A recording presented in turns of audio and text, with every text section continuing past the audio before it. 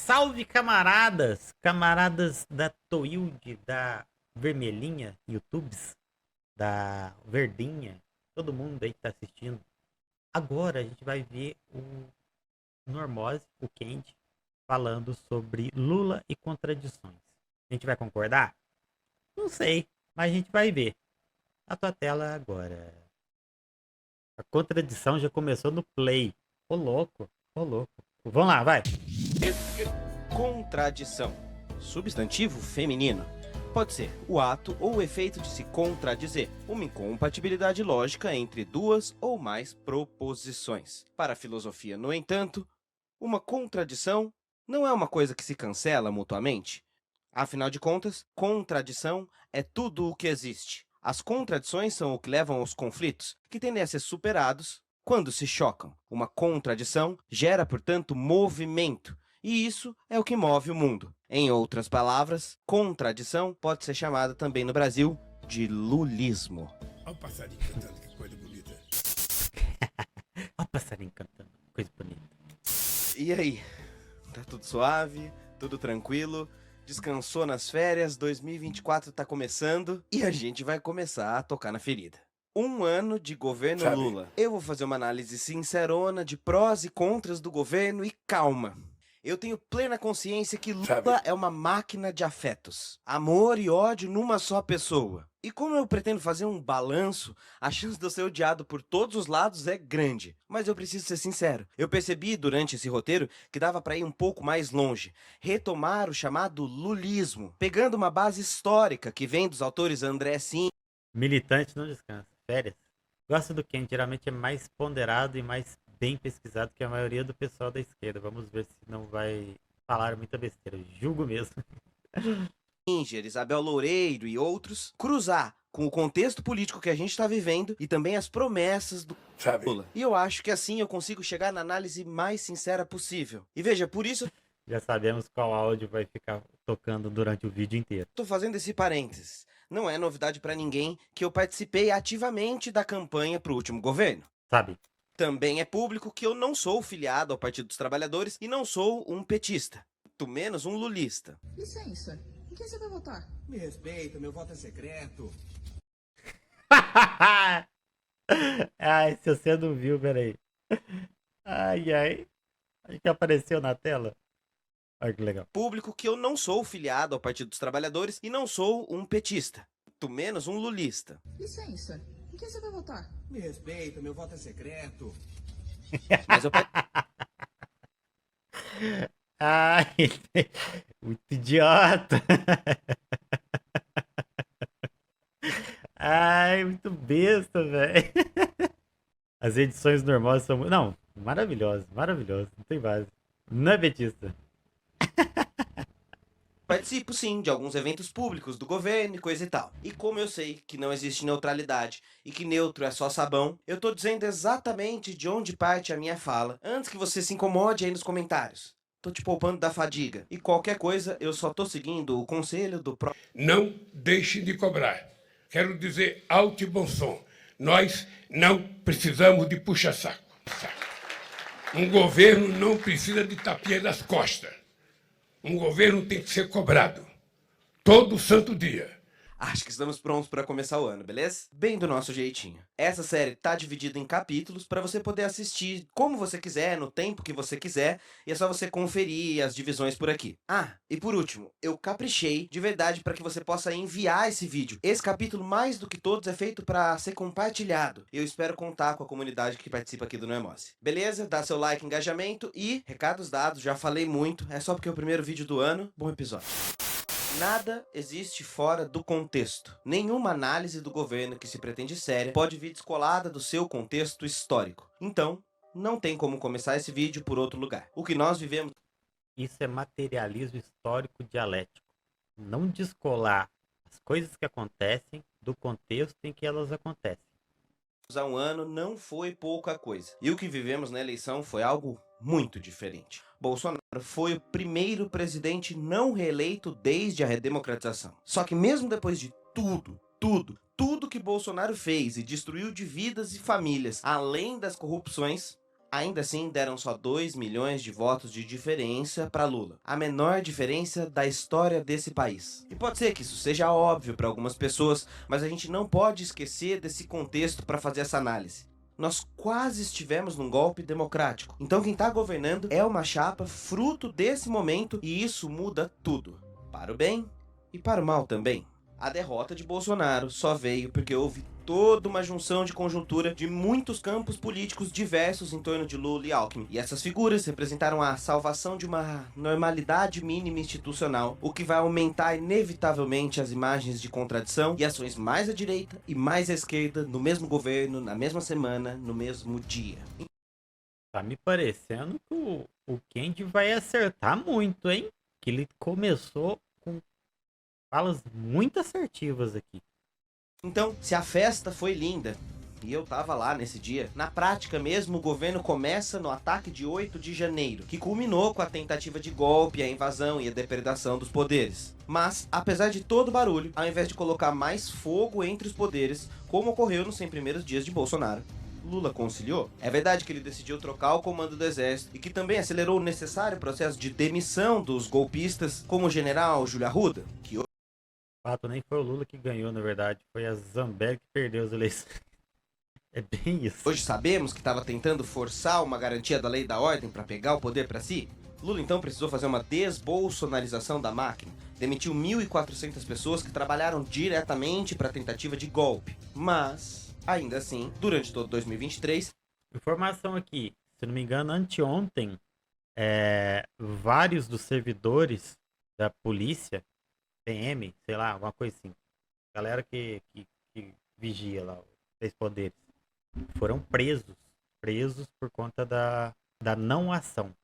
seu ministro foi José Múcio, um ministro próximo dos militares e que trabalhou incessantemente para isentar a culpa dos milicos, numa espécie de anistia suave, e tem engavetado todas as investigações que entram no Ministério da Defesa, contradição e conciliação. Nesse episódio, tudo que você verá será nesse módulo. Um eterno morde-a-sopra, um xadrez calculadíssimo para se manter no poder. E a estratégia de Lula para isso é o que ele é viciado em fazer: conciliação. Não foi à toa que Lula fez aquela caminhada simbólica entre os 3 poderes. Não foi à toa que ele reuniu no início do ano os 27 governadores para manter a democracia. Aquilo era um ato simbólico, mas produziu essas fotos para a história. Esse jeito de governar meio Lula. Sabe? Porque apesar de Lula e Bolsonaro, obviamente, governarem de jeitos muito diferentes, os dois começaram o governo com o mesmo problema: a falta de uma base sólida no Congresso. E enquanto Bolsonaro legalizou o que ficou conhecido como orçamento secreto, distribuído ao Centrão para governar, Lula assumiu com a intenção de repetir, Sabe? valorizar indicações partidárias e o diálogo com o Congresso, concedendo cargos e espaços no governo. Apaziguamento em nome da tal governabilidade. Exatamente. O pior é que muita gente do nosso campo ignora que isso é necessário. Gente, pensar em governabilidade significa você não só manter o seu cargo, não é só uma questão de manter o seu cargo, manter o seu partido eleito, mas é questão de não deixar um outro Bolsonaro entrar. E quando outro Bolsonaro entra, a gente já sabe o que acontece. Então, por isso que eu falo direto aqui nesse canal, e parece que a esquerda radical, ela esquece intencionalmente. Se ele fosse mais radical do que está sendo, ele arriscaria a própria governabilidade. Muito por conta do tanto de militar que tem no governo, ainda tem. Porque ele, apesar dele estar demitindo, ele não pode demitir todos de uma vez, né? Porque uma que ele não tem quem colocar logo de cara, outra que se ele demite todos de uma vez, ele também cria uma instabilidade no governo. Outra também é por conta de dentro do próprio governo, aí eu falo na estrutura mesmo, na parte executiva do governo, ainda no próprio governo tem uma maioria de direita e não de esquerda. Sem contar, inclusive, por conta da Câmara, do Senado, também é maioria de direita. É difícil. Ele tem que ficar pisando em ovos. Complicado. Não é simples assim, sabe? Mas todo mundo sabe que o câncer da política no Brasil se chama Centrão, né? E não dá pra ir contra. Não dá pra ir contra. Você não pode enfrentar o Centrão. Vai, vamos continuar. Verdade. E beleza, nos primeiros meses de governo, vamos ser sinceros, tinha outra coisa para fazer com esse Congresso e esse Senado eleito? Inclusive, fazer isso no começo do mandato garantiu a tal PEC da transição, que antes mesmo de assumir o governo, manteve programas como Farmácia Popular e conseguiu distribuir os cargos de ministério como Lula Sabe? precisava para Ah, muito bom. Sabe? governar. E aí o cálculo político não tem fim. O pragmatismo acabou apoiando as eleições de Rodrigo Pacheco e de Arthur Lira como forma de garantir a participação do Centrão nos votos, sabe como é que é? E para isso Lula Sabe. fez o seguinte, concentrou ministérios chaves de maior poder político, como a Fazenda, Casa Civil, Educação, dentro do PT e concedeu parte dos seus ministérios para a base social que ele ganhou apoio durante a eleição. Marina Silva no meio ambiente, Ana Moser nos esportes, Silvia Almeida nos Direitos Humanos e Cidadania, Sônia Guajajara e a criação do novo Ministério dos Povos Originários, que animaram muito as bases que elegeram Luiz Inácio. Esses, teoricamente, decora bem isso, teoricamente, garantiriam a base mais à esquerda do governo. Depois, feito isso, agradando a base, o resto dos cargos é distribuídos nessa chamada Frente Ampla, que abraçou todo tipo de peça estranha. Como as siglas mais à esquerda não somam a maioria dos votos no Congresso, existe gente do União Brasil, do MDB, do PSD. Lula decidiu já no começo do ano começar com o Centrão para ver se garantia a votação. E me fala uma coisa, a fome do Centrão passou ao longo do ano? É claro que não. O poder que o Centrão tem é maior do que nunca. Mas nós já vamos entrar na política nacional, porque logo de início eu queria falar de Lula na política internacional. Sim, acho que é importante Na política internacional, o menino brilhou, hein? Menino brilhou. dar esse passo atrás, porque é isso que chamou a atenção do mundo ao longo do ano.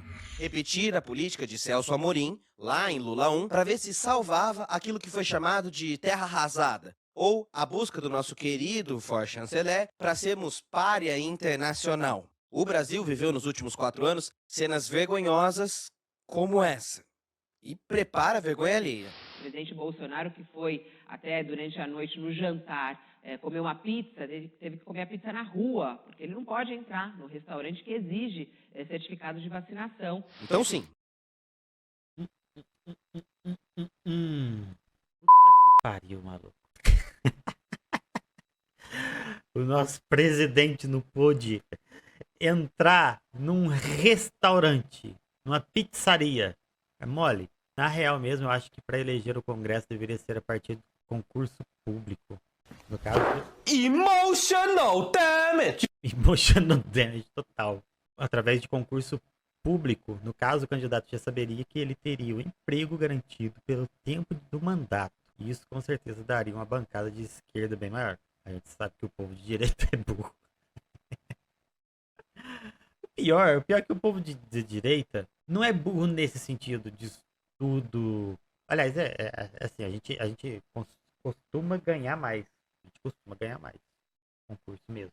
Só que tem muita gente de direita motivada até pelo próprio discurso motivacional da meritocracia. Estuda muito. Estuda muito. Em especial quando tem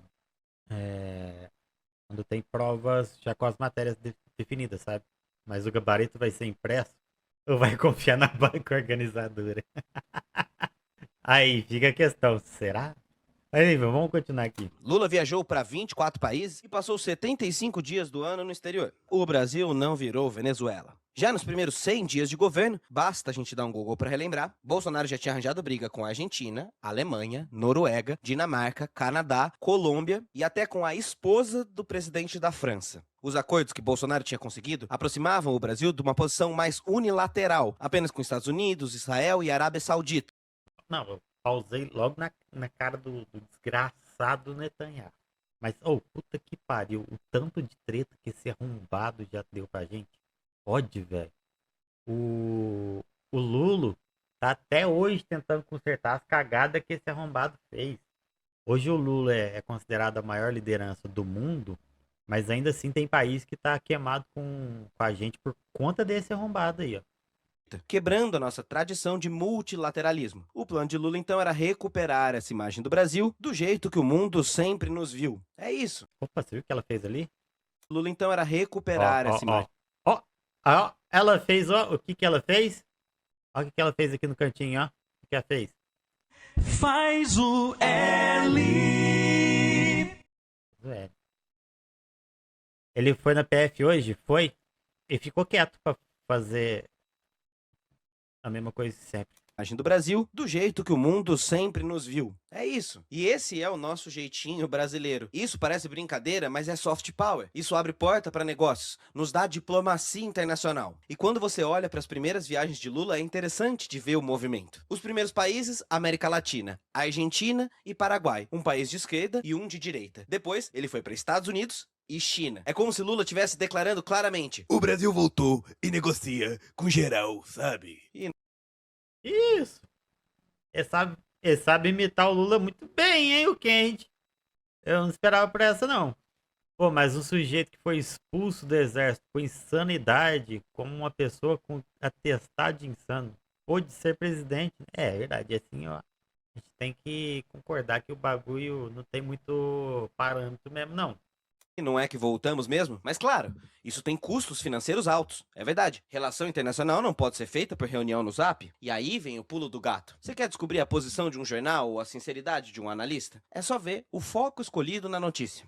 Os custos de viagem internacional, por exemplo, vêm junto do rendimento que essas viagens tiveram. A Veja, por exemplo, noticiou que Lula gastou 1 bilhão com viagens. E isso é simplesmente mentira. Realmente mentira. Se você entrar na notícia, você vai ver que não era 1 bilhão. Era 800 milhões. E não era 800 milhões, porque 800 milhões era o gasto total do país com viagens de todos os servidores públicos ao longo do ano. As viagens internacionais. A Veja é tão boazinha, né? A Veja, ela não mente. Olha que coisa bonita que é a Veja. Um amor.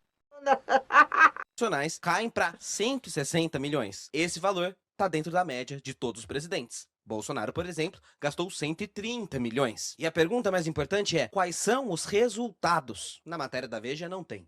Mas basta uma busca simples para você encontrar. Os países europeus participantes do Fundo Amazônia voltaram a investir no Brasil. Aproximadamente 5 bilhões já foram assinados. Acordos também com a América Latina, com a China, com a África, e o retorno aos BRICS marcam esse primeiro momento de relações A braba internacionais. aí, ó. Esse ano, Essa é a braba. Dilma. o Brasil foi o segundo país que mais Peça atraiu marrom. investimento no mundo. E aí, como noticia isso? Depende. Se você quiser destacar Lula, você fala só dos resultados da viagem. Se você quiser meter o pau em Lula, você fala só das despesas. E por que a gente não fala dos dois? Isso não é ser neutro e eu já marquei muito bem o meu local nesse vídeo. É ser sincero. Inclusive, acho que vale marcar por aqui que apesar do ótimo desempenho em relações internacionais que analistas do mundo têm dito sobre o Brasil nesse momento, Lula ainda não conseguiu destravar algumas tensões, por exemplo, como a tensão do Mercosul com a União Europeia. E tem um outro custo também. Lula fora do país deixa o Centrão com ainda mais poder de negociata, uma vez que Alckmin era o vice-presidente em exercício. O Centrão é uma máquina de engolir ministério. E como ninguém, Lula precisa ser um grande equilibrista de pratos. E para entender o que eu tô falando, vamos olhar, por exemplo, para o Ministério do Meio Ambiente. Ou uma floresta. Muitas etnias. Um ministério. E uma questão. O Ministério do Meio Ambiente. Lula e Marina parecem ter percebido Ele fez uma intro pra mudar de assunto. muito bem o momento da emergência climática e como existe um mercado gigantesco internacional de investimentos em preservação ambiental que foram ignorados por Ricardo Salles, mas que podem tornar Luiz Inácio e Marina nomes mundiais de defesa do meio ambiente. Colocar o Brasil novamente com Marina Silva foi, por mais diferenças que eu tenha, que nós tenhamos com ela, foi eleita, se não me engano, o maior destaque, né? A mulher com maior destaque. Não é destaque o nome, eu esqueci o nome. Maior surpresa, eu acho, da política internacional. como líder potência global no assunto. Ainda mais porque Marina é reconhecida por entidades de todo o planeta. A ministra foi eleita uma das 25 mulheres mais influentes de 2023 É, isso aí. É isso aí que tá falando. pelo Financial Times. E o que isso importa na prática? Negociações. O Brasil está muito bem visto lá fora. Conseguimos ao longo do ano a aprovação da candidatura para sediar a COP30 em Belém. Vamos sediar a cúpula da Amazônia. E não à Vai ser no Amazonas. toa, a louco. política eficiente de combate a garimpeiros e outros criminosos fez o desmatamento da Amazônia cair 60% nos primeiros meses do ano. Além disso, há o plano de transformação ecológica, apresentado em novembro pela ministra em parceria com a Haddad. É muito bom ver no governo uma briga por adensamento tecnológico, bioeconomia, transição energética, mas a coisa não é tão fácil quanto parece. Ao mesmo tempo que isso acontece, crescem as queimadas, sobretudo no Cerrado brasileiro. O garimpo tem declarado uma guerra ao governo, o que impõe desafios de combate ao ministério que não está conseguindo avançar por limites internos do governo. Quando o desmatamento cai, alguém está perdendo e vai gritar contra. Principalmente no Congresso Nacional, com as bancadas onde o agro e outros atores dominam. Isso impõe novos desafios de combate ao ministério que não está conseguindo avançar interna e externamente. E principalmente no Congresso, onde a bancada Isso aqui, meus caros, é uma análise muito bem feita. Eu vejo muito fácil os camaradas da esquerda radical chegar e falar só o lado de que tá aumentando as queimadas. Eu vejo muito fácil isso acontecer. Inclusive já vi acontecer. Ele tá chegando aqui, tá explicando o porquê que não tá sendo fácil combater o garimpo, o agronegócio.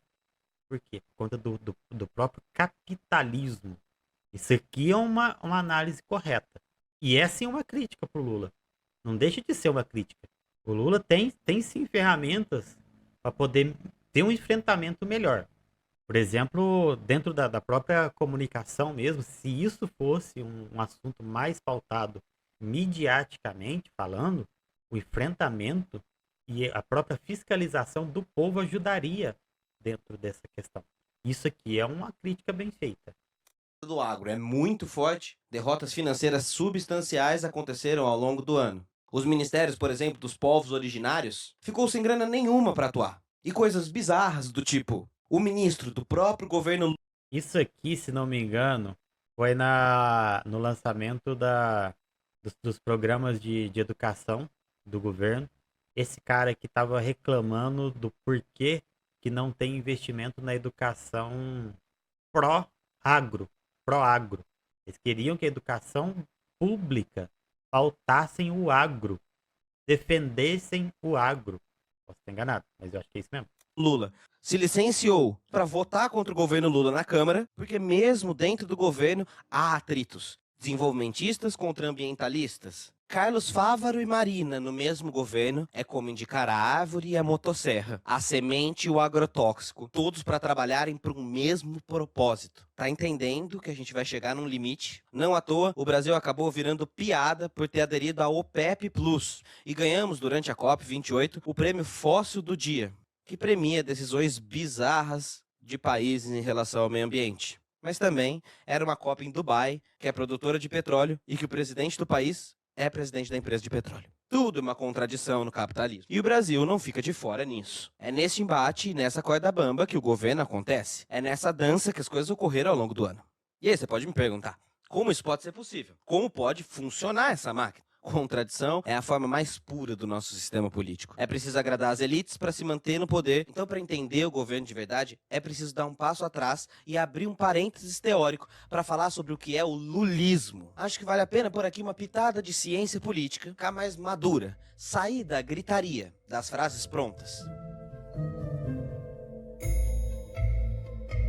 Lula vem de uma tradição de negociação sindical. Concessão e embate sempre fizeram parte do seu estilo de política. E ele transitou por muitos espectros da esquerda ao longo das décadas. Conciliar a fome com a vontade de comer. Passar os interesses dos metalúrgicos do sindicato em greve com a imposição dos patrões do ABC. Negociar dentro dos limites do possível. Por isso, a partir da década de 80, Lula começa a dizer que era, abre aspas, impossível avançar mais dentro dos sindicatos apenas. E para a melhoria do trabalhador, era necessário entrar na máquina política formando um partido. Claro que Lula não foi o único sindicalista pensando nisso. Mas aí estava a semente-chave da criação do PT, o Partido dos Trabalhadores. E a voz de Lula era o que dava legitimidade para o partido na época. Ainda assim, era preciso criar uma base popular de verdade. O PT não tinha essa base nesse momento. O próprio Lula dizia em 89 que o PT, abre aspas, já tinha amplos setores da classe média, gente intelectual, estudante, classe média, mas ainda não tinha o povo. Em 89, Lula deixava claro seu projeto político: atingir o segmento da sociedade que ganhava um salário mínimo.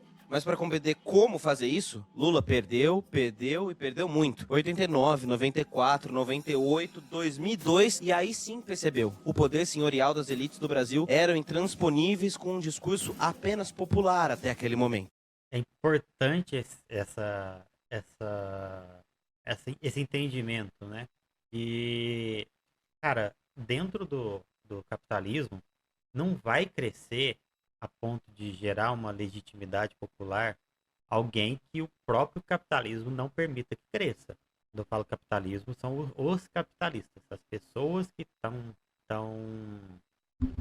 por cima, né? Sentido financeiro, sentido econômico. E para isso tem que adotar estratégias diferentes. E ele perdeu muito até entender isso. Que nem o parafraseando aí, parafraseando o Raul Seixas, né? Para jogar o jogo dos ratos, transou com Deus e com o lobisomem. E é sobre isso. Aí ele entendeu que tem que conciliar e conciliar. Tem que ser. Infelizmente tem que ser. Tem que conciliar para poder tirar da mão daqueles que sequer conciliam. Porque aqui, querendo ou não, o Brasil, historicamente, isso dentro das centenas de anos de história, foi sempre dominado e governado pela direita e pelo imperialismo. E ele não era o imperialista, ele era governado e ou colonizado pelo imperialismo.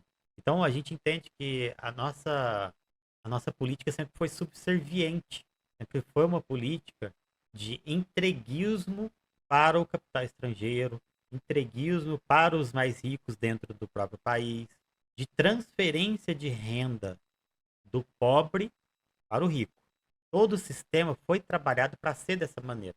E, querendo ou não, pegar uma pessoa que concilia é um avanço. Lula tentou de outro jeito. Tentou por 3 vezes, viu que não ia conseguir e conciliou. Conseguiu e fez muita coisa. Para quem está conciliando, ele fez sim muita coisa. Não fez grandes transformações, até que fez. Na educação ele fez grandes transformações? Fez. Só que ele criou o lobby da educação. E fez transferência de renda do governo para a educação, para os investidores da educação. Aí, beleza, ele fez. Transformou a vida de muita gente com a educação. A essa maneira. Ele mudou muito a vida das pessoas quanto à moradia. Só que aí ele fez também um lobby com as construtoras. Então você vê que, infelizmente, tem que ceder para poder ganhar algo. Isso é uma merda. Isso é uma merda. Mas isso também é entender as limitações que a gente tem. Enquanto militante da esquerda radical, eu sempre vou fazer questão de lembrar que essa luta que ele faz é digna. É digna. É digna porque o contraponto disso aí é é a transferência de renda total do pobre para pro mais rico. O contraponto disso é pessoa morrendo de fome todo dia aos milhões. Esse que é o contraponto. As duas opções que a gente tem são essas. A gente, como esquerda radical, a gente tem o dever com que a nossa sociedade entenda o papel que ela tem com a luta de classes. E a partir daí ir construindo de baixo para cima uma consciência de classe e o pensamento crítico. Porque uma pessoa que tem consciência de classe e pensamento crítico, ela tá imune a fake news e imune a discursinho de Zé Banana da vida aí. Então, eu acho que também o papel da esquerda radical tem que ser o de fazer a construção fora da superestrutura e agir dentro da sociedade, dentro do povo, da população, conversando com o povo, seja na internet, seja no dia a dia, no tete a tete, né, como que a gente fala, é nesse sentido. Daí eu vejo muito esquerdista radical que sim faz esse papel da conscientização, né? Da transformação do pensamento para um pensamento crítico da sociedade, mas eles tomam muito tempo de si para fazer uma crítica destrutiva a uma luta que não tem outras opções sem ser a conciliação ou a total barbárie. A total barbárie. Para mim é isso, sabe? Eu vou continuar aqui agora. E uma estratégia efetiva para se fazer ouvir na arena política seria de se integrar aos cargos da máquina através de concílios, para só então conseguir trazer a classe mais pobre para perto de si. O Lula de 89 foi aparando a barba a cada eleição e adotando uma estética terno, gravata, burocrata para se transformar no Lulinha Paz e Amor de 2002. Mas veja só que interessante. Mesmo depois de se unir a um partido de centro-direita, anunciar um candidato a vice que era empresário, assinar uma carta aos brasileiros onde prometia manter a estrutura econômica do governo FHC, Lula foi eleito, mas ainda assim não tinha eleitores de classe mais baixa dentre os seus votos. Foi só depois de assumir o governo, quando Lula deu casa, zerou a fome, cresceu com universidade, que aí, nas eleições de 2006, o jogo virou. Lula teve mais voto entre os pobres e começou a gerar ódio das elites. O slogan da época marcava bem o que vivíamos. Um país de todos. Foi o seu slogan no primeiro governo. Mas veja, Lula nunca foi, nunca prometeu e nunca disse, vejam só, ser um comunista revolucionário ou algo nessa categoria. Pelo contrário, apesar do pânico que fazem em Luiz Inácio, sua proposta é exatamente a do concílio de classe. André Singer, que foi secretário do Planalto e porta-voz do presidente Lula nos primeiros governos, é que criou esse tema lulismo, que analisa o interesse de união de classe que Lula usa para construir seus projetos e surfar no caldo que existe na contradição do capitalismo de mercado, a força de trabalho e a necessidade das classes mais pobres. Lula trabalha nas brechas do capitalismo vigente, unindo a necessidade de morar com a ganância de construir sem perturbar a ordem estabelecida. E decora bem isso. Lula não quer perturbar a ordem estabelecida. O lulismo vai buscar, então, segundo Singer, abre aspas, um apaziguamento dos conflitos sociais, sabedouro do medo que a elite econômica do país tem de uma revolta popular. E sobretudo num país tão desigual quanto o nosso, é que o lulismo usa a força do povo para negociar uma agenda da redução de pobreza e da desigualdade, mas não de forma revolucionária, com um reformismo lento, gradual, passivo e até conservador. Isso porque o governo Lula 2002 contou com a valorização dos commodities no cenário internacional, que possibilitou grande margem de lucro para o grande capital, e aí foi possível fazer concessões às classes mais baixas com os projetos sociais que o lulismo queria implementar. Mas há 3 pilares para um lulismo funcionar: transferência de renda direta através Transferência de renda. de programas sociais, valorização do salário mínimo, aumento do custo do Estado para custear programas sociais, crédito consignado na praça, aumento expressivo do consumo das classes mais baixas, fazendo a roda girar com reativação da economia. Lula condensa isso muito bem num slogan muito forte. É colocar o pobre no orçamento. E aparentemente, no governo Lula 3, o lulismo voltou com tudo. Volta o Bolsa Família 2.0, com um mínimo de R$600 por lar beneficiado, somando R$150 por filho de até 7 anos. Em maio, Lula sanciona a Lei de Valorização do Salário Mínimo, que permite que o salário saia de 1.302 para 1.421 esse ano. Essa política, inclusive, não é política de governo. Passou Caralho, R$109.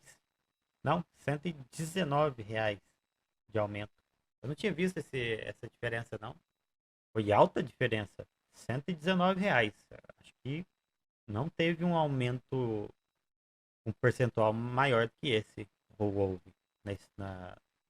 na República do Brasil.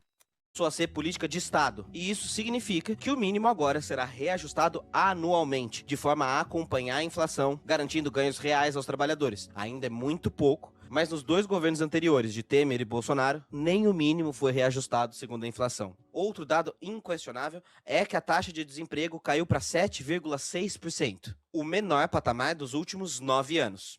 Isso é bastante significativo, eu acredito, certo? 9 anos. Teve aí 4 do Bolsonaro, 1 do Lula, 2 do Michel Temer, então 2, 4, 6, 1 do Lula e mais 2 da Dilma. Então, beleza. E foram exatamente os 2 anos que a Dilma já entrou sendo atacada, né? Vocês lembram disso, né? Já entrou com instabilidade no governo. Daí quando eu, pelo menos, faço a crítica à esquerda radical, por ela não ter essa preocupação com a instabilidade do governo, é sobre isso que eu estou falando. A Dilma, ela fez um primeiro mandato excelente. Por mais que a mídia tenha sido contra ela fez um primeiro mandato excelente. No segundo mandato, ela já entrou totalmente, como posso dizer, totalmente sem armas, sem ferramentas para poder fazer o próprio governo. Tudo que ela mandava, o Congresso negava. Tudo que ela mandava, o Congresso negava.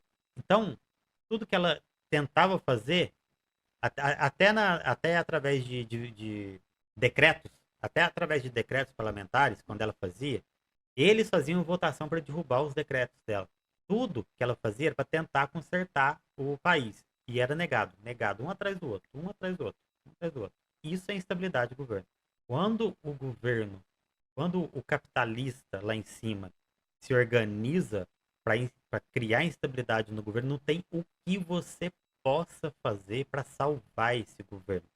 Porque eu sou sim preocupado com a governabilidade. E você sempre preocupado com isso. E aí vem o dilema. Lula cede o que for para diminuir, pelo menos teoricamente, essa desigualdade que tem no país. E o nosso país é tão desigual, mas tão desigual, que Lula consegue operar transformações avassaladoras e deixar o que era gritantemente desigual apenas desigual. E assim, ele faz as coisas sem mexer nas feridas, nos embates de classe, a um custo. Continuar na mão dos interesses da classe da elite dominante. Precisar negociar interesses a partir do que determina o topo da camada social que nós vivemos. Vamos pensar em programas como o ProUni e o Minha Casa Minha Vida. O ProUni, que foi revolucionário e acelerou a entrada de estudantes de universidades privadas, concedendo bolsas para esses estudantes, realmente mudou o mapa de ensino do nosso país. Ao mesmo tempo, o ProUni teve um custo. Gerou um lobby das empresas privadas. Ó. Já falei disso. Explodiu o número de unisquinas, grupos golpistas só para pegar dinheiro, ou empresas estrangeiras que tratam a educação como lucro e que acabam não privilegiando a qualidade do ensino público gratuito de qualidade. E basicamente, a transferência de renda nesse caso é transferir renda do Estado para empresas privadas milionárias. Agora que o projeto retomou, essa é a chance de passar por reformas, melhorar esse projeto, pensar em como fazer. Queimei várias largadas. Esse investimento para as universidades públicas. O mesmo acontece com Minha Casa Minha Vida. Um dos pilares do tão sonhado sonho com a casa própria e um dos principais pilares do governo também sofre desse mesmo dilema. São quase 15 milhões de imóveis comprados com o programa. 7% da população participou do Minha Casa Minha Vida. Isso é maravilhoso. 7% é muita gente, velho. 7%. Vixe. Mas gerou poder e lucro absurdo para empreiteiras, o que aumentou a taxa de corrupção, além de um problema de urbanização. As casas construídas foram feitas em terrenos afastados, gerando um êxodo da população mais pobre para as periferias, criando a... Olha aí, gentrificação. Tá vendo que além da própria questão do lobby com as construtoras, também teve o afastamento da população mais pobre do centro, forçando assim uma gentrificação. Gentrificação, gente, é meio que, posso dizer, a especulação financeira, os especuladores da especulação imobiliária, perdão, especulação imobiliária, deixa eu ver aqui o que vocês falam. As casas são legais, mas não tem serviço básico, não tem infra, sabe? Ah, sim. A especulação imobiliária usa de estratégias que só eles conseguem fazer por conta do poder que eles têm, do dinheiro que eles têm, para afastar o povo pobre do centro, para que a falta de pobres no centro atraia investidores mais ricos e eles consigam fazer mais dinheiro com os imóveis que eles têm no centro. Daí, afastando os pobres do centro, eles investem em construções mais caras, aumentam o custo de vida, até os próprios comerciantes que têm capital para investir conseguem lucrar mais nesses centros urbanos e forçam que o povo pobre dali saia dali. Então, há muitas maneiras de se lucrar com a gentrificação. Eu acho que é disso que eu ia falar agora. Ele falou que é longe dos centros urbanos. A gentrificação e a especulação imobiliária dos Ele já falou logo de cara, né? Eu acho que eu queimei legal de novo. centros que explodiram os aluguéis. O Minha Casa Minha Vida voltou em 2023 com chance de resolver esse problema. Dentro do governo, há embate sobre isso para trazer moradias mais plenas, empresas mais sérias, e o projeto tem chance de melhorar a urbanização dos grandes centros. Ou será que não? Veremos. Falando em educação, no entanto, tivemos coisas boas. O aumento da bolsa para projetos na pós-graduação, que estava sem E esse aqui foi do caralho. reajuste desde 2013. Veja só que data simbólica Desde 2013. e sem nenhuma coincidência aqui. Outro ótimo projeto é o apoio à permanência do jovem no ensino médio, por exemplo. Um jeito de impedir a evasão escolar, concedendo ao jovem um fundo de poupança que pode ser retirado no fim do ensino médio. Outra coisa do caralho. Outra coisa que voltou com tudo é o novo PAC. 1,7 trilhão de investimento durante o governo. Ele não falou, mas a questão do Lula ter pago todas as parcelas do Minha Casa Minha Vida para quem tinha parcela do Minha Casa Minha Vida junto com o Bolsa Família foi outra coisa do caralho. Porque é basicamente o mesmo que dar uma casa para as pessoas que já estavam pagando a própria residência. Teve gente que ganhou quase que 100% da própria casa. É muito dinheiro, é muito bom isso para o pobre, para aquela pessoa que está em situação precária financeira, não tem outro recurso, não tem como se bancar, às vezes tem tá em situação de, como que chama? Insegurança alimentar. Obrigado, Bad Trip. Valeu. Vamos respirar. Aqui no meu bairro abriu estação de metrô tem uns 4 anos. Agora tem uma caralhada de prédios novos sendo construídos e estão acabando com o comércio local, que é o que faz o bairro bom de morar. Aí fico pensando, quem compra esses imóveis tá sentindo na pele aí a gentrificação, Artemis. Você deu uns elementos aí de gentrificação. Provavelmente é isso que tá rolando aí no teu bairro. Provavelmente. Vamos lá, continuando aqui. 300 bilhões vindos da Petrobras e 600 bilhões vindos do setor privado. E é isso mesmo que você está percebendo. Esse projeto lá atrás teve um custo do aumento da financiarização do país, que deu muito ruim em uma crise dali para frente. Gerou desindustrialização. É mencionado no projeto muitas vezes a palavra reindustrialização. E o projeto parece estar focado em não repetir os erros do passado. Será que vai ser o suficiente para vencer o interesse das empreiteiras? Então você começa a entender por que os bancos lucram tanto durante os governos à esquerda de Lula? Essa citação de André Singer vale você anotar aí. A justiça social lulista se faz via mercado, via crédito e aumento da massa salarial que dependem dos cenários de crescimento econômico. O lulismo nasce e age sob o signo da contradição do nosso país. Só que precisamos refletir nos problemas de se... Não é gentrificação porque já é um bairro classe média alta. Tá. Mas você sabe que a gentrificação também não é só sobre tirar o pobre para colocar o rico. É também aumentar os custos de vida para poder fazer com que se encareça os imóveis dali de dentro também. Não é só sobre isso. É só sobre do pobre para o rico. É também do aumento de custo de vida, logo aumento também da classe que vive ali. Pode ser, eu acho que ainda pode ser gentrificação. Mas como o bairro de classe média alta tem uma chance menor de ser. Eu acho, né? Eu já vi vários exemplos de aumento de custo de vida, com aumento também de... Aliás, com construções já... Como posso dizer? Investimento em construções mais luxuosas, sei lá, essas coisas. Continuar aqui. Manter lulismo. O contexto 2002-2006 não é o mesmo contexto de país de agora. O mundo de agora é muito pior do que antes. Muito pior do que antes.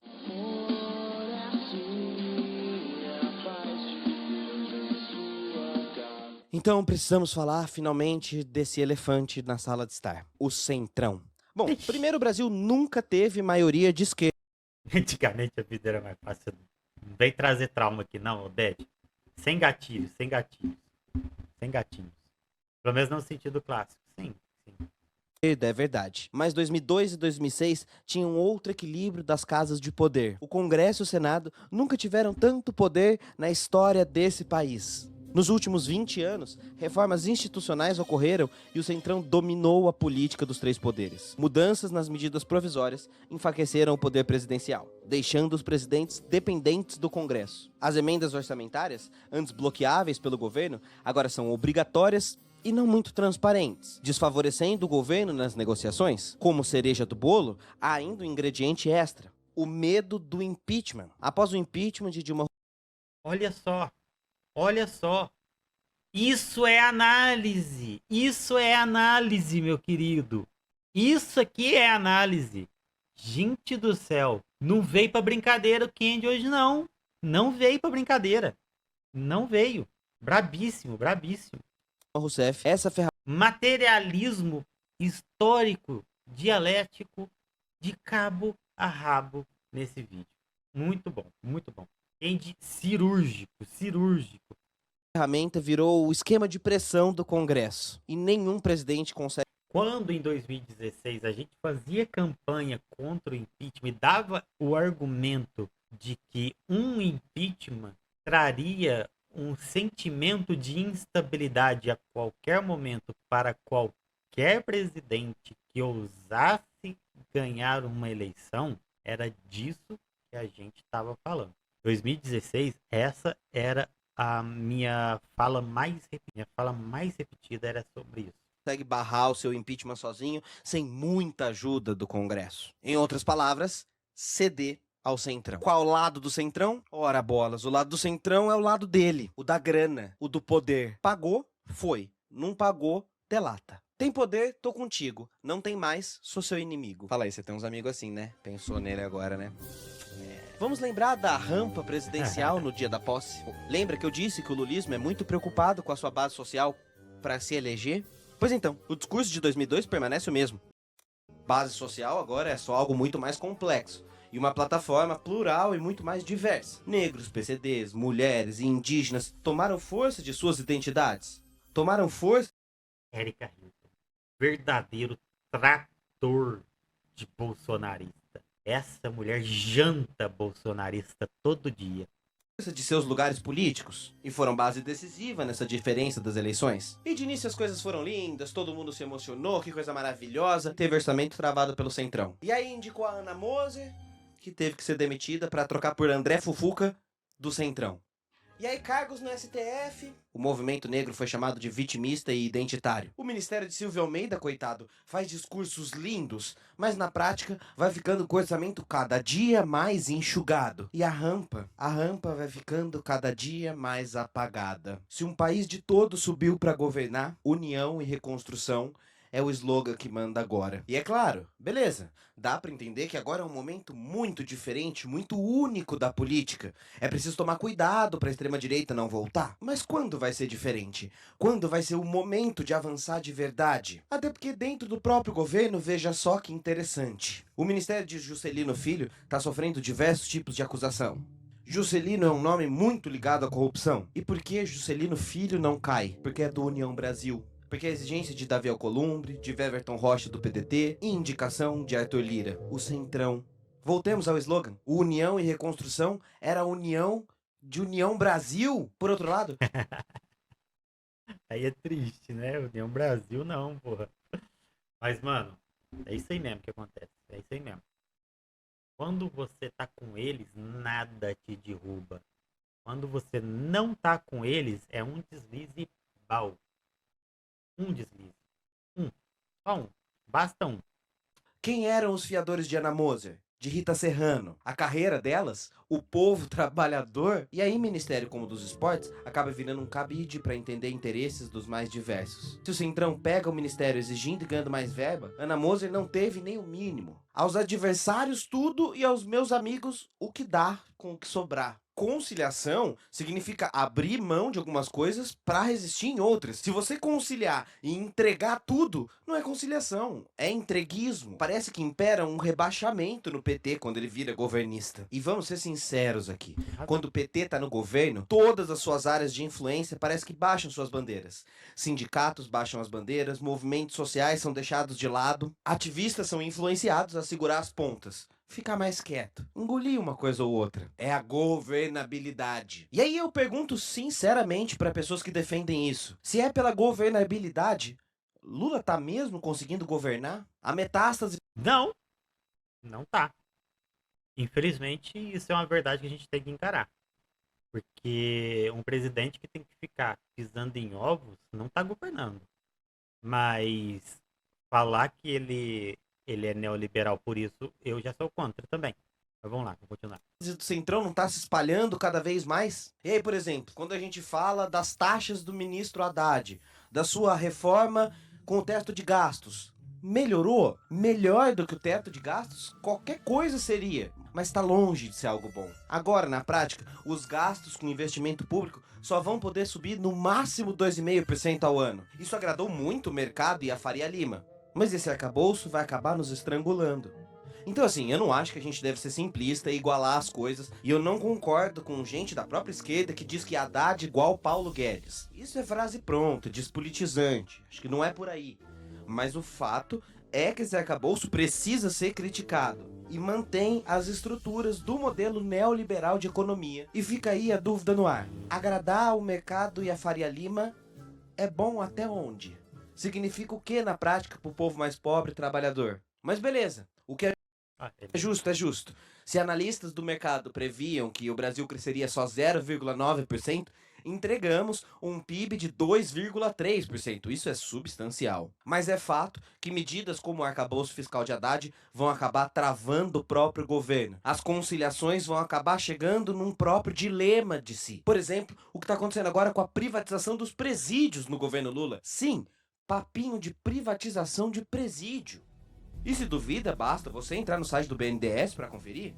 O diretor do banco, que inclusive trabalhava no ex-governo Dilma, se encontrou com o vice Alckmin e assinou, ao longo de 2023, um decreto que classifica o sistema prisional como possível área de privatização. Falando em Alckmin e contrariando a todos, o vice-presidente tem surpreendido pela sua fidelidade a Lula. A impressão que fica é que sempre que a notícia é ruim, ela é dada por Alckmin. E Lula... Isso é bem verdade. Isso é bem verdade. Mas geralmente não é que é ruim. É ruim. Mas quando é ruim, geralmente é uma política de direita. Daí quando ela é noticiada sendo através do Alckmin, ele vai lá e agrada a direita. É uma estratégia de marketing. Continua sendo ruim. Continua sendo ruim. Lula vai viajar nesse momento. Deixa as bombas com o vice-presidente, uma vez que ele já não tem muito carisma e uma imagem exatamente popular. Mas voltando na coisa dos presídios, é complicado ter que engolir uma ação como essa, sabedouro de que o governo Lula 1 e Lula 2 acabou com a lei de drogas de 2006, que pretendia melhorar a situação desse tema no país, piorando muito e explodindo no Testa de ferro que chama, exatamente. número de encarceramento sobre... Nossa, quanto tempo que eu não escuto esse testa de ferro. Vixe, faz tempo que eu não escuto esse. Tudo de meninos negros e pobres dentro das prisões brasileiras. E agora vem com um papinho de presídio. Fica parecendo que o governo não evoluiu nada na questão de drogas e prisão. Péssimo sinal. Não desagrada ninguém completamente, mas desagrada um pocão cada um ao longo do ano. Será que a forma tão bem definida por Mujica, ex-presidente do Uruguai, sobre o lulismo vai se repetir? Será que a tática é de novo transformar pobres em consumidores e não em cidadãos? Infelizmente, essa parece ser a perspectiva de governar do governo PT. Que funciona, mas peca numa coisa. A chave de não criar confronto de classes, gerar interesses entre as classes, é muito desigual. O que as elites e os trabalhadores têm não são meros desejos igualitários. Os trabalhadores reivindicam não perder o mínimo de direitos, enquanto o pedido da elite é permanecer intocável. Por isso, lulismo, para André Singer, é um pacto conservador. A conquista de igualdade sempre será rifada pela necessidade de governabilidade em algum momento. Faltam sonhos ousados, sobra pragmatismo rebaixado. Isso talvez explique, por exemplo, porque em 2006, quando o Lula chegou a 86% de popularidade positiva e bateu recordes atrás de recordes, foi tão cobrado a época de fazer a tão sonhada reforma política para equilibrar os poderes desse país e não o fez. Eu tenho que falar. Essa parte. Gente, eu tenho que ser justo. O que é aprovação? Aprovação de governo. Pessoas aprovando o governo. São pessoas aprovando as práticas que o governo faz. Se, por exemplo, o Lula vai lá e faz algo que não é de prática do governo, nada garante que essas pessoas que estão aprovando já as práticas habituais do governo vão aprovar também esta coisa, este projeto, esta reforma que ele fez e que não condiz com o histórico dele. Aprovação é de coisas já feitas e não para coisas que virão. Tem uma diferença enorme disso. Tanto é que é nessa época ele também era uma pessoa que conciliava muito, mas conciliava pra caralho. Foi época de enriquecimento absurdo dos bancos. Não dá pra falar que se ele fizesse algo pró-revolução, pró-socialismo, ele teria a mesma aprovação. Não é assim que funciona. Então, essa questão de aprovação não quer dizer que tô contigo e não abro. Não é isso. As pessoas, os 86% que tinha de aprovação não era de pessoas que tô contigo e não abro. Era de pessoas, olha, tô gostando do teu governo, continua assim. Continua assim. É assim que funciona a aprovação. O tô contigo no abro são os militantes. Era 86% de militantes? Não era 86% de militantes. É diferente. Para poder comparar isso com pessoas que estão do lado da pessoa, do governador, não importando o que ele está fazendo, isso seria de camaradas, de pessoas militantes, companheiros de luta. É disso. E continua assim. E não continua aqui, ad eterno. Então, sabe? É sobre isso. Tem que ficar claro que tem diferença entre ter 86% de aprovação daquilo que você já fez em relação ao que você pode e vai fazer. É uma análise material muito errada dos camaradas que pegam esses 86% e falam, ó, por que não fez revolução? Por quê? Porque a política que gerou essa 86% de aprovação era uma política conciliatória. Por isso, se ele fizesse algo que desafiasse o capitalismo, esses 86% diminuiria drasticamente na mesma hora. Drasticamente na mesma hora. É isso, vou continuar o vídeo aqui. Isso gerou consequências pro próprio Lula poucos anos depois. E vai gerar de novo problemas pro seu... Não é isso que gerou. É outra coisa que gerou esses problemas. A volta dele, a suposta tentativa de volta dele para o governo, depois dos governos da Dilma, fez a questão trouxe medo pro capital. O capital que via muito mais lucro numa direita por conta da própria... A real é emprego. A real é questão de emprego. Por exemplo, a gente sabe hoje que o desemprego é nada mais nada menos do que necessário para a manutenção do capitalismo. Eu posso estar pregando para convertido, mas eu vou explicar, né? O desempregado, ele é considerado por nós, para a gente marxista, os marxistas, o exército industrial de reserva. Por que exército? Por que industrial? Por que de reserva? Por quê? Porque o fato de haver um exército quer dizer que há muitas pessoas. O fato de ser industrial quer dizer que é de empregos, de ala trabalhista. Então, há várias pessoas que são capacitadas profissionalmente. E por que é de reserva?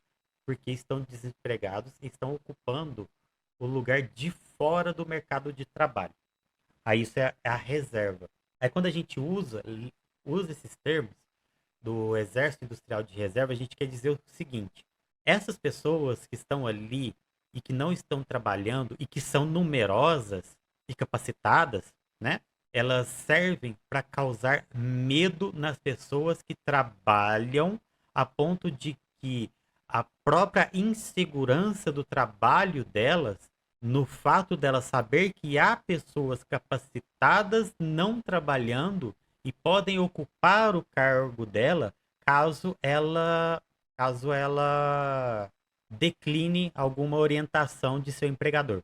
Caso ela não se permita ser explorada, posso dizer dessa forma. Então, tá dada a explicação.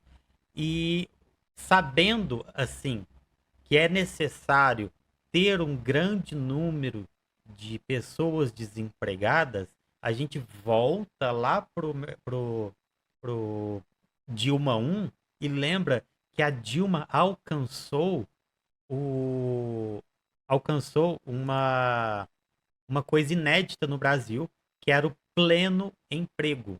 Pleno emprego, para quem não sabe, não significa que todo mundo era empregado. Mas dentro das estatísticas governamentais do mundo afora, internacionais, o pleno emprego é obtido quando você tem, posso estar errado, que me fugiu da memória, quando você tem cerca de 3% ou menos da população empregada. Se alguém tiver esse dado aí e eu tiver errado, me corrija, por favor. Mas é algo nesse patamar. O pleno emprego é nada mais, nada menos do que um desafio. Acho que era 4%. Tá. Enfim, é algo por aí. É, quando quando a Dilma alcança o pleno emprego, ela desafiou o capital, que ficou incomodado por conta dos seus empregados estarem buscando mais direitos, já que eles não viam uma necessidade tão grande de obedecer à exploração imposta a eles, porque tem menos pessoas desempregadas. Ter menos pessoas desempregadas significa ter trabalhadores buscando mais direitos. Trabalhadores buscando mais direitos significa também ter menos lucro com a exploração do trabalho alheio. Isso gerou a instabilidade no governo Dilma. Foi exatamente isso. Sabendo o próprio capitalismo, né, a elite econômica, sabendo ela que toda essa política que culminou no governo Dilma I no pleno emprego, eles sabiam que essa política veio arrastada, veio sendo trazida do próprio Lula. Então, com essa política do Lula sendo colocada logo após o impeachment da Dilma, os capitalistas sabiam que eles precisavam recuperar o fôlego para aí sim concordar com alguma conciliação. Então, logo, eles viram o Lula como uma ameaça momentânea e investiram todas as forças deles em alguém que não fosse o Lula ou alguém da esquerda. Daí, com isso, criaram o lawfare, criaram a prisão política do Lula e também a própria duração e a eleição do Bolsonaro. É por isso. Não acho que foi um trabalho mal feito de aprovação, de manutenção de aprovação do Lula que culminou na decaída dele perante o governo. É isso. Para mim é isso. Posso estar errado? Posso também. Mas vamos lá. O governo com os três poderes tão desbalanceados. Em suma, a principal contradição do lulismo é também o seu maior benefício. Conciliação tem limites. Fazer uma transformação sem confrontos políticos é impossível. Isso porque existe um dado concreto e material. há limites intransponíveis entre as classes.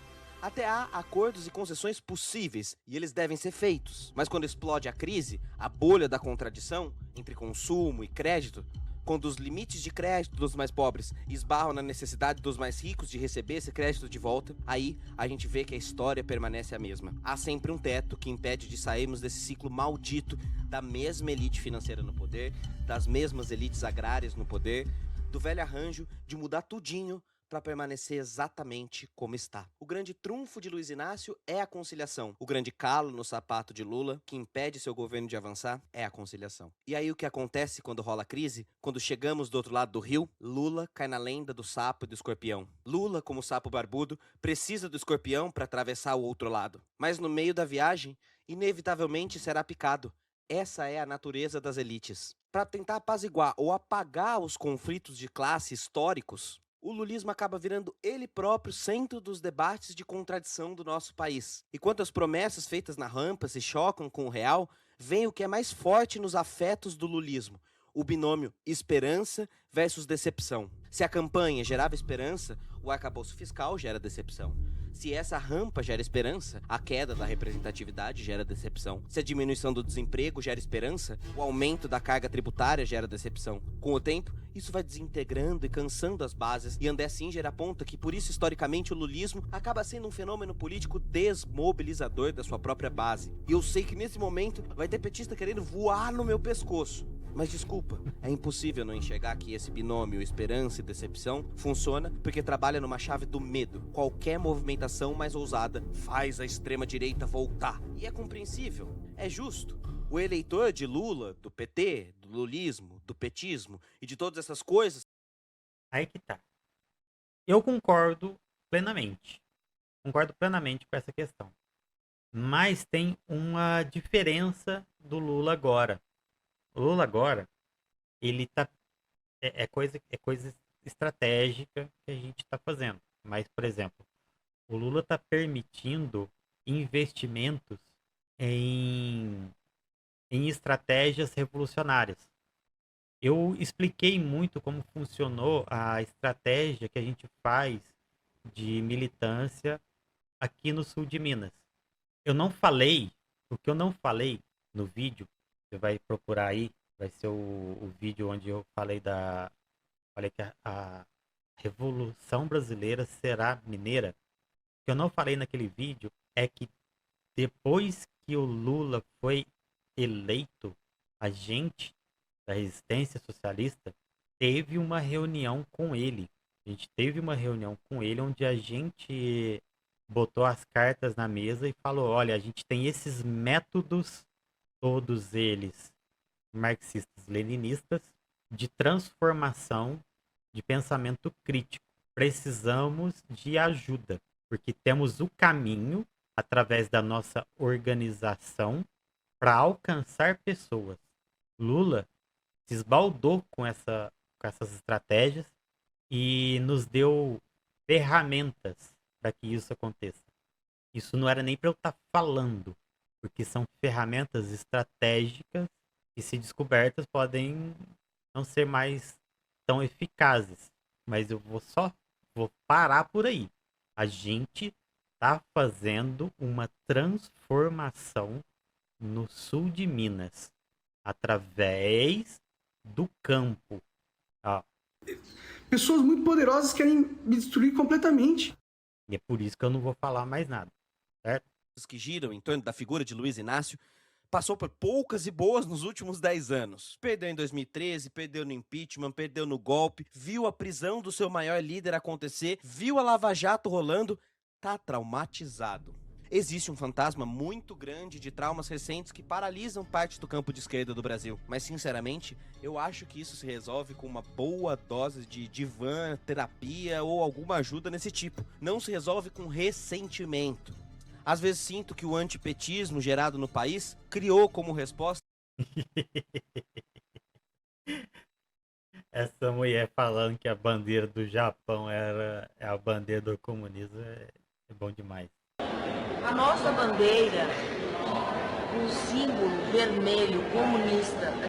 Uma paranoia excessiva e um modo defensivo de muita gente que impede a luta de avançar.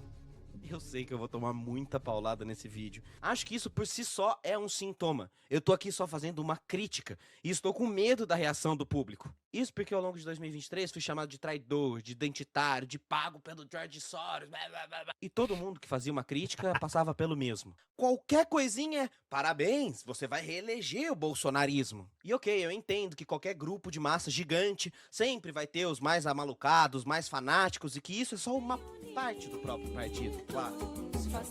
Ó. Nessa luta final. Bora lá, vamos continuar aqui. É uma questão estatística, eu compreendo. Uma certa parcela de pessoas acha que Lula não erra, não errou e não errará, e que não merece nenhuma crítica. Uma boa parte dessas pessoas vai fazer isso aqui nos comentários, e aí vai ser divertido de ver que elas estão me xingando sem assistir até aqui. Mas de verdade, onde se discutem essas críticas? Dentro do partido? Deixa eu ver. O capa entra na sua mente e passa a morar lá, assiste. Alugou o triplex. O triplex que o Lula montou, você tá alugando na minha mente. E as pessoas que não são filiadas não têm direito de discutir o presidencialismo? Essa falta de debate é criticada inclusive por grandes figurões próximas ao Lula. Na moral mesmo, o governo Lula 3 tem muito mais puxa-saco do que no governo Lula 1. Naquela época, os seus conselheiros mais próximos divergiam, criticavam Lula, e parece que isso não acontece mais. Gente como Guxiquem, Márcio Tomás Bastos, por confiar no presidente, tensionavam a coisa pra esquerda. Não. Não é bem assim que funciona. Não é bem assim que funciona. Que nem ele mesmo já disse sobre a questão da governabilidade, a crítica hoje acontece muito mais no âmbito pessoal, no lado direto da coisa, internamente, do que nos holofotes. É por isso. E por conta também da própria instabilidade gerada por ter havido já um impeachment muito recente, que ele mesmo já falou, que um impeachment traz instabilidade geral para qualquer pessoa que assuma a presidência, que seja de esquerda. Lógico. E quando você é de direita, você sabe, né? Os abraços e beijos vem que só vendo. Mas é isso, sabe? E esse medo constante, que é explicável e entendível, vem da muito possível e provável instabilidade do governo caso haja muitas críticas nesse sentido. Criticavam o presidente e não aplaudiam todas as conciliações com o Centrão. Elas são necessárias, mas a questão é a seguinte: o Lula hoje, o Lula quando ele entrou, ele falou que ele precisa de ser criticado. Quando ele fala dessa questão da crítica, é uma crítica construtiva. E eu não vejo críticas construtivas surgindo do nosso campo. Eu vejo mais críticas construtivas saindo de analistas da própria esquerda liberal do que vindo do nosso campo. No nosso campo eu vejo muitos ataques destrutivos, críticas destrutivas, muito mais críticas destrutivas do que críticas construtivas.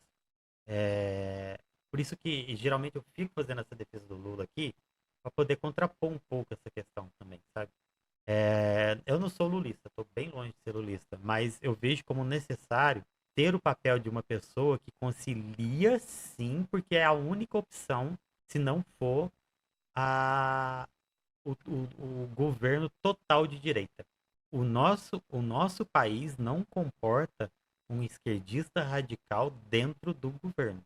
Não comporta medidas de esquerda radical dentro do governo. Precisamos de um processo de conscientização do pensamento crítico muito forte na sociedade antes de a gente cobrar pautas radicais sendo feitas no governo.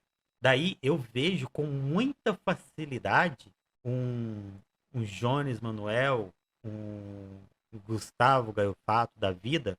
Eu cito eles porque sei que eles são muito inteligentes e capazes de criar um governo bom, sendo eleitos e sendo depostos por conta de seus posicionamentos muito radicais. Porque hoje, na sociedade que a gente vive, a gente não consegue fazer essa intervenção do pensamento da esquerda radical ser bem aceita tanto na sociedade quanto, pior ainda, para os capitalistas de verdade. Mas vamos lá. Mas elas têm que ter um limite, um freio que só nasce na pressão popular. E isso parece... É isso. É isso aí. Exatamente. Lula, quando fala da crítica, é ele também pedindo que a gente exponha o nosso lado e lute por nós mesmos para que a própria direita e a própria como que fala? A própria burguesia temam o povo. Porque se a gente tiver força por nós mesmos e conseguirmos angariar pessoas, juntar pessoas suficientes para que a gente seja notado e que crie pressão no governo através das nossas críticas, das nossas defesas de pautas sociais, de qualquer coisa que a gente não esteja satisfeito do governo, aí sim o Lula vai conseguir pautar coisas mais radicais, entende? Quando ele fala pra gente ser crítico, ele fala pra gente fazer pressão. Quando ele fala pra gente ser crítico, ele fala também pra gente correr atrás das massas e nos organizar e nos manifestar a ponto de que as nossas manifestações causem impacto esse suficiente para causar pressão. E só aí, através da pressão popular, a gente pode conseguir exigir mais coisas, mais posicionamentos radicais de quem está governando o país. Se é Lula, se é Gaiofato, como eu disse, se é quem quer que seja, só através de pressão popular que a gente vai conseguir fazer uma mudança até no Lula. E a gente vê isso. A gente vê que dentro do Brasil, o Lula não faz o que ele faz na política externa. O Lula acabou de comparar o regime não, o massacre que está acontecendo na Palestina com o Holocausto. Isso é uma frase que nenhum governante ousou dizer. A ousadia dele superou a ousadia de todos os governantes do planeta inteiro. Todos eles estavam, sim, sabendo que havia um paralelo do que está acontecendo na Palestina com o Holocausto. Só que falar isso gera atrito internacional. Só que o Lula hoje já tem, através do trabalho que ele fez na geopolítica em 2023, ele tem capital geopolítico de liderança suficientes para poder fazer com que a fala dele seja aceita por todos. Então é isso, é trabalhar a geopolítica lá fora da maneira que a gente... É trabalhar a política interna da maneira que ele trabalha lá fora. Aí você vê que uma pessoa que na geopolítica está fazendo esse estrondo todo, esse estardalhaço todo, e aqui está sendo limitado da maneira que está. Você acha mesmo que o Lula está fazendo o que ele quer fazer na política nacional? Não. Não. Não é essa historinha de Lula... Lula do Velho Testamento para a geopolítica e Lula do Novo Testamento para a política nacional. Não é isso, não é sobre isso. É sobre o Lula lá fora ter menos limitações do que o Lula aqui dentro. Aqui, ele está num governo que em 2016 saiu de um impeachment que instabilizou qualquer governo de esquerda que venha a governar este país. Qualquer governo, qualquer presidente que entrar aqui e tentar ser ousado na política interna vai sofrer da retaliação da burguesia no mesmo momento. Então, quando a gente vê que o Lula age diferente lá fora do que aqui dentro, não é que ele aqui está sendo liberal porque, nossa, eu gosto de ser liberal. Eu amo ver o dinheiro do pobre sendo transferido pro rico. Não é sobre isso, não é as intenções do Lula, e sim as limitações do Lula. Porque o Lula de verdade é esse anti-imperialista que tá em todo o púlpito que ele entra, ele desafia os Estados Unidos. Esse é o Lula de verdade. Quando ele saiu da prisão, a primeira declaração que ele fez, vocês podem não lembrar, mas a primeira declaração que ele deu foi ele dizendo: eu saí da prisão mais radical do que nunca.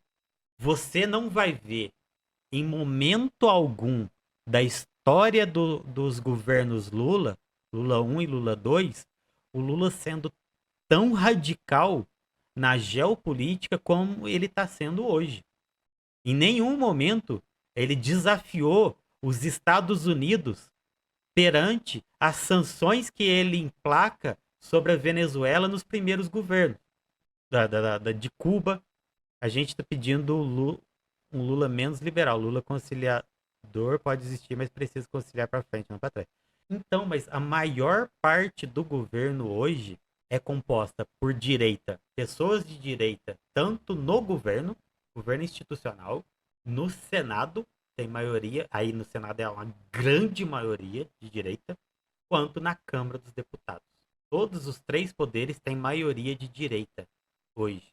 E mesmo você pensando que isso pode não ser suficiente, a gente sabe também que dentro da esquerda liberal há aqueles esquerdistas que sofrem influência direta de suas campanhas da própria burguesia. Então a burguesia que é apoiada por esses 3 poderes em suas grandes maiorias também influenciam, de certa forma, até certa parte da ala da esquerda liberal que a gente tem hoje.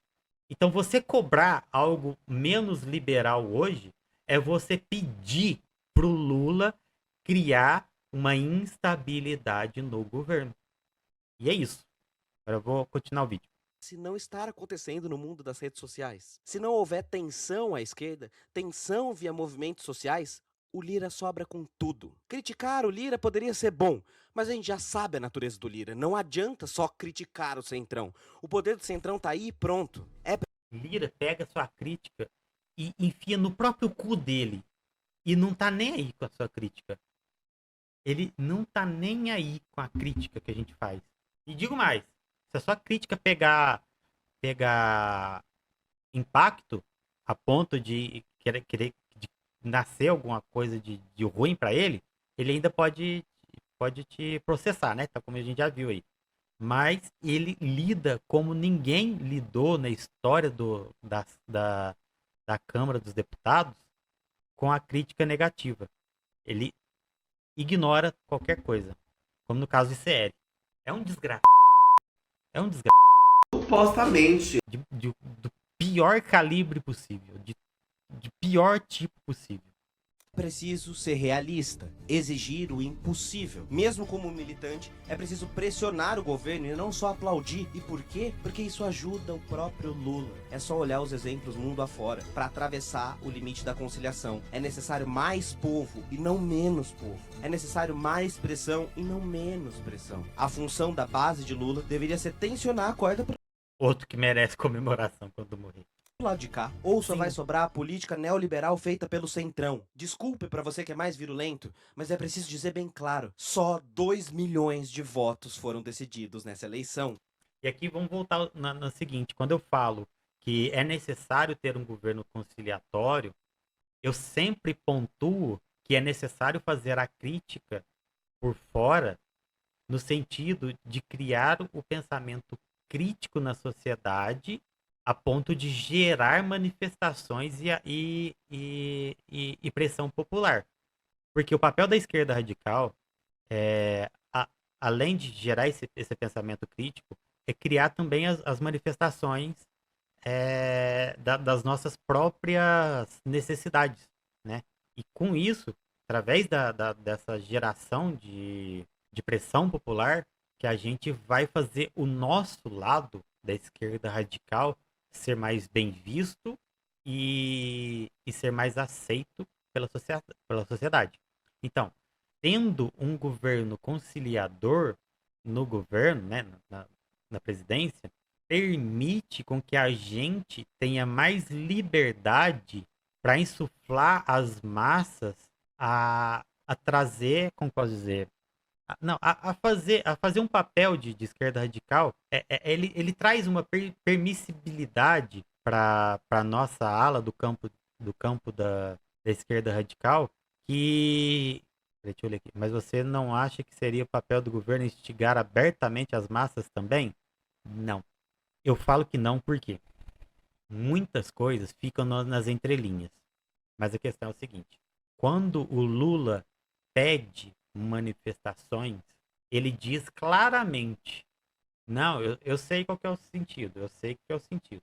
Mas quando o Lula ou alguém do governo que tenha um peso nas massas faz o pedido de manifestações, instiga as manifestações, a própria burguesia encara isso como uma afronta também.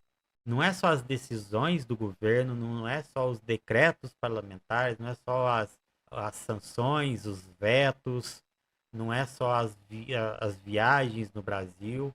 A própria postura do presidente quanto à população também pode ser encarada como uma afronta ao capital. Esse tipo de manifestação, de apoio às manifestações, também são passíveis de gerar uma instabilidade no governo. Por isso, quando ele fala das críticas, que ele deixando esse papel das manifestações para a gente, sabe? É mais ou menos assim. Se ele faz isso, ele instabiliza tudo e já era, saca? Acho só que falta uma comunicação mais horizontal entre governo e povo, saca? Isso falta mesmo. Não, isso aí com certeza. Agora deixa eu ler o comentário do Estourando a Bolha que eu pulei. Não sei se estou certo, mas na União das Repúblicas Socialistas Soviéticas, os partidos eram meio que a forma conciliadora entre os desejos de todos e o que se dava para fazer. Ou seja, é preciso abrir mão de coisas sempre. O problema é para quem? Sim, mesmo porque isso aí isso é até visto dentro da própria teoria de Marx, quando Marx falava da manutenção de certos aspectos do capitalismo enquanto sociedade socialista. É necessário, para que o próprio governo se mantenha como aí já falando de uma sociedade socialista, é necessário que uma sociedade socialista mantenha aspectos capitalistas para que minimamente eles possam não ser uma pária internacional a ponto de manter algumas relações com o exterior e não ser, como que eu posso dizer? E não ser isolado, porque nenhum país consegue ser sustentável por si só. Sempre falta isso, engolido pela própria geopolítica, né? E por isso, por conta das próprias necessidades internas, ele precisa manter aspectos capitalistas dentro de si. E isso é bem falado deixa eu ver aqui. Aqui, ó. No Estado e Revolução do Lenin. Não sei se dá para ver. No Estado e Revolução de Lenin, ele fala dessa questão da manutenção de alguns aspectos do capitalismo dentro de uma sociedade socialista, a ponto de, manter a instituição funcionando, porque a transição leva tempo também, e 2, ter uma relação de comércio externo, que nenhum país vive sozinho. Enfim, vamos continuar o vídeo aqui, que, meu Deus, o tio sempre fala de que temos que nos organizar antes de pensar em qualquer outra coisa. Acho que nosso papel aqui na internet é esse, da propaganda e da agitação. Não, com certeza. É isso mesmo. E eu faço isso aqui, nesse sentido de que a minha crítica é no sentido de tentar ajudar o próximo a fazer uma crítica mais polida e certeira. O meu papel, quando eu entro na internet, é esse, para poder a gente fazer um bom uso do materialismo histórico dialético, bem como também o enfrentamento da luta, né? Fazer a luta do veganismo. Para mim, essas duas lutas são os principais que eu encabeço. Ganhei no sorteio do livro e pedi esse livro. Ó!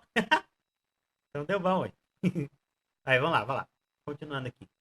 Desce do pedestal, larga o narcisismo das pequenas diferenças e entende a necessidade de acolher as críticas mais à esquerda. Mesa da amizade. De acolher as críticas mais sociais da base que elegeu esse governo. Não faz sentido afastar todo mundo que tá criticando e depois ficar sozinho implorando por votos nas eleições. Ou sobrar só com as conciliações da direita, que o Lula não vai parar de fazer. E, meu Deus, eu espero, pelo amor de Deus, que as pessoas entendam que isso é uma pequena parte da militância que acaba manchando todo o movimento e que, se isso não for combatido, isso vira caricatura durante o discurso. Pelo amor de Deus, eu espero muito que as pessoas entendam, mas elas não vão entender. Mas me diga aí, essa é a melhor tática para se governar? O mundo mudou de 2002 para 2024. As comunicações mudaram e o governo PT parece não entender o problema de comunicação. Se antes A comunicação é uma falha grotesca nesse governo agora. É uma das coisas que eu não passo pano de jeito nenhum. De jeito nenhum. A gente era para estar pensando em estratégias de comunicação própria há muito tempo, tal como o próprio Bolsonaro fez. Bolsonaro fez isso. O Bolsonaro fez uma comunicação própria que se mantém até hoje. Tá viva a comunicação própria do Bolsonaro. Lula não tá pensando nisso. Não tá. É extremamente importante existir isso. Se tem uma coisa que o Carluxo sabia e sabe fazer é comunicar. Mais ou menos, né? Tirando os próprios tweets dele. Aí vamos lá. as pessoas demoravam para receber as notícias de política, agora a coisa é instantânea. Agora a gente tem inteligência artificial. A próxima eleição será marcada por deepfakes. Seria preciso construir para ontem uma comunicação descentralizada e dividida em multiplataforma. Uma ligação entre todos os ministérios para abastecerem a SECOM com informações rápidas, imediatas e de qualidade. Por exemplo, quer ver uma besteira que não pode dar mole? A Baticu. O evento Baticu é zoado demais, mano. Ponto. Acabou. Um evento que era super importante, super legal, de política nacional de promoção da saúde, quase custou a cabeça de uma pesquisadora fantástica e uma ministra de peso como Nise Andrade. Pode bater cu? Pode bater cu. Eu gosto de bater cu? Adoro bater cu. Mas... Candy é muito bom, né, mano? Pensando no mundo de narrativas que nós vivemos hoje, é estratégico para um evento do Ministério da Saúde usar dinheiro público para isso? Será que o custo da comunicação não saiu muito caro? A mesma coisa podemos dizer para a taxação de grandes pobrezas que o Haddad insiste em colocar. Isso passa péssimas imagens na comunicação do governo. Aqui eu vou fazer uma defesa do Haddad. Não sobre a índole dele, mas aqui, para pontuar as questões do novo arcabouço fiscal, calabouço fiscal, são péssimas, uma bosta, O lixo é neoliberal? É neoliberal. Só que isso daí já vem decidido, desde 2022. Vocês lembram? Não é novidade para ninguém de vocês. Salve, Doug Idoso! Defender a austeridade vai tomar porrada. Mas o que eu tô falando é o seguinte.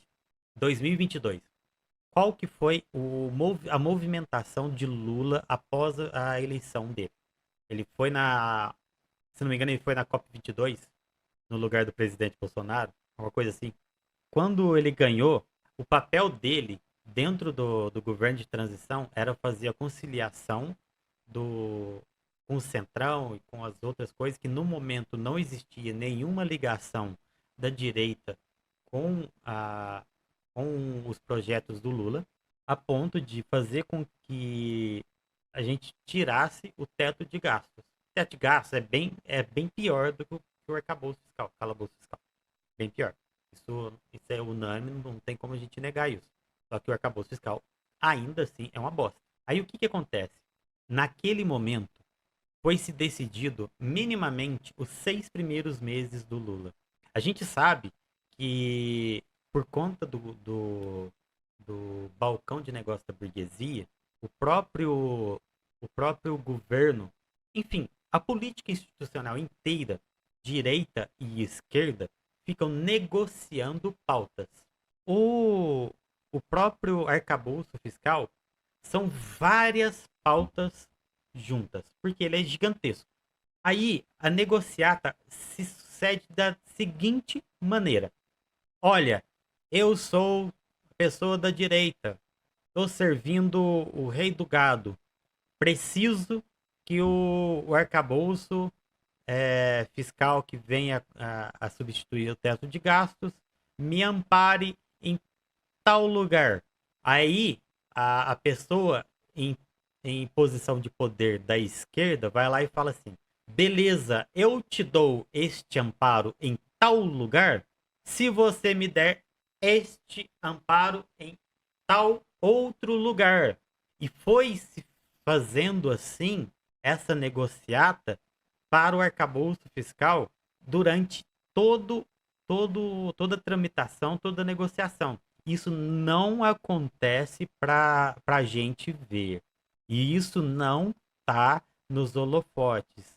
E isso não é passível de uma análise criteriosa, porque a gente não sabe quem deu o que para fazer esse arcabouço tal como ele está.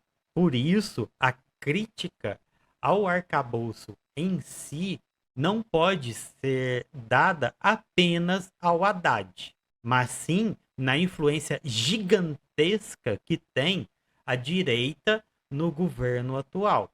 E isso é ser materialista, ter um materialismo histórico dialético usado da maneira correta. Não dá para você falar, sabendo você que existe o balcão de negócios da burguesia, que o arcabouço fiscal inteiro é de responsabilidade do Haddad, porque ele vem sendo construído desde a eleição do Lula, entende? E é sobre isso que eu tô falando. Agora vou continuar o vídeo. Governo. E veja, as pessoas sempre vão esquecer tudo de bom que você fez por um mole desses. Governo é comunicação. O resto é política e negociata. Há hoje pelo menos 35 Lulas. Não porque eles são clones, mas porque há muitas construções de Lula por aí. O Lula... Eu não tinha visto o boné, eu quero ver mais o boné. 35... Formado em economia pela Universidade de Curitiba. Eu não tinha visto ele com esse boné, não. Lulas. Não porque eles são clones, mas porque há muitas construções de Lula por aí. O Lula do bolsonarismo, o Lula da Faria Lima, o Lula que sonhamos, o Lula que é na prática, o Lula do petista mais fanático, o Lula neoliberal que o revolucionário aponta e assim por diante. Então aí vem... Pera aí, eu quero ver isso aqui. Mais fanático, o Lula neoliberal que o revolucionário aponta e assim por diante. Então... Lembrei do Mano Brown agora. Mano Brown com o filtro de cachorrinho. Lula Furry. Muito bom, muito bom, muito bom. Então aí vem o desafio. Como fazer comunicação num governo tão amplo e contraditório? E é por esse motivo que Lula e o lulismo é um dos fenômenos sociais, históricos e políticos mais interessantes que a gente já teve na história do nosso país. Porque esse vídeo já ficou enorme, eu vou resumir. Cientistas sociais, historiadores, filósofos estudarão o lulismo nos próximos 100, 200, 300 anos. E não é esse vídeo aqui que vai dar conta de resolver nada. E depois de todo esse episódio e de todos os prós e contras que a gente colocou aqui na mesa, aqui vai a pergunta mais sincera e importante desse vídeo. Será que o lulismo basta pro contexto de hoje? Desculpa, a gente vai ter que falar sobre isso. Que Lula é um negociador único e habilidoso da política institucional, isso aqui ninguém mais tem dúvida. Só os paranoicos mais doidões. Mas Lula é um ser humano. Ou melhor dizendo, se a figura Lula e a figura lulismo ficam pra história, Luiz Inácio é um ser humano. Luiz Inácio se aproxima dos 80 anos e ok, parece que em 2026 ele não vai dar nenhum sinal de largar o bastão, de largar o poder e provavelmente vai ser reeleito. Mas o ponto é outro. E depois? O lulismo basta por si só? Quanto tempo demora para formar uma nova liderança política? Quem é essa nova liderança política? Você enxerga alguém sendo criado na prática? Quais serão as lideranças construídas no campo popular? Pro mundo de hoje, eu acho que já passou da hora do governo realmente assumir as suas bases sociais que sempre trouxeram o PT até onde chegou, mesmo eles não sendo um revolucionário, mesmo sendo um partido social-democrata. Concessão não pode ser entreguismo. Aí volta no que eu falei lá no começo do vídeo. O Lula hoje, ele é uma pessoa que publicamente ele tem facetas. Ele se divide em várias facetas para poder se manter dentro do governo. E aquela questão que eu falei sobre o nosso contato com a resistência socialista pode e muito provavelmente vai mudar o futuro de muito que a gente conhece no Brasil. Porque o Lula nos deu ferramentas para isso. Daí, Togo, você vai ter que voltar no vídeo para ver. Então, apesar de todas as conquistas, eu tô aqui pra dizer com todas as letras que eu acho pouco. Eu acho tímido. E beleza, eu compreendi que esse ano era união e reconstrução. Era preciso voltar para uma normalidade. E agora? Para onde a gente vai? Qual é a agenda? Agenda de Brasil? De país? Lula diz que vai viajar pelos fundões do Brasil. Com qual agenda? Com qual retomada? Qual o limite da conciliação? Eu sinto todos os lutadores sociais meio abatidos, meio cansados, meio ressentidos. Todos nós. E talvez seja a hora de ousar, de sonhar, de aumentar a potência de agir. E assim, longe de mim querer dar aula pra esse governo, querer dar aula de política pro Lula, mas eu tô vendo uma sinuca e um dilema. Faz sentido? Agora eu acho que a gente tem condição nos comentários de debater tudo isso que eu coloquei aqui na mesa de uma forma mais refinada, deixando de lado um pouquinho as paixões políticas, não ignorando, mas querendo compreender essas paixões, de onde vêm os ódios, de onde vêm os amores por Lula, e o que fazer com esses afetos. É isso que eu quero tanto debater no Normose de 2024. Afetos, afetações e discursos sentimentais, o que realmente move nossa política. Então acho que é isso pra gente começar o ano. Eu sou um Zé Ninguém, eu sou só um eleitor, coloquei minhas cartas na mesa, vamos discutir e por último, antes de você sair, isso aqui não é nenhuma forma de arrependimento, de espaço pra você dizer eu avisei, foda-se. Pra essas pessoas eu faria o L até o Lula ter 166 anos, só pra irritar esses idiotas. Tirando esse, por favor, critique o vídeo com alto nível. Vamos pro debate. Me ajuda a bater a meta do canal, que quer chegar em 500 mil inscritos esse ano. E se você achou que esse trabalho foi bem feito, valeu a pena, financie a continuação disso aqui com qualquer valor no nosso Catarse, ou ainda fazendo um Pix. Mas considera assinar o Catarse, faz toda a diferença pra nós. Participa do nosso Telegram. O Normose está de volta, 2024, mais um ano, nosso 6º ano de canal. É nóis e falou. Cara, pra mim, essa foi a crítica ao governo Lula mais material de todas que eu já vi. De todas. A que chegou mais perto da realidade pra mim foi essa. Foi a crítica mais coesa, coerente e materialista que eu já vi. Cara, muito obrigado por esse vídeo. Muito obrigado aí quem assistiu, quem acompanhou pelos chats da Verdinha, da Roxinha. E muito obrigado você que assistiu pelo YouTube. É isso. Comenta aí, se puder. Curte, se puder, né? E segue nós. Ativa o sininho e ó, joinha. Valeu. Joinha.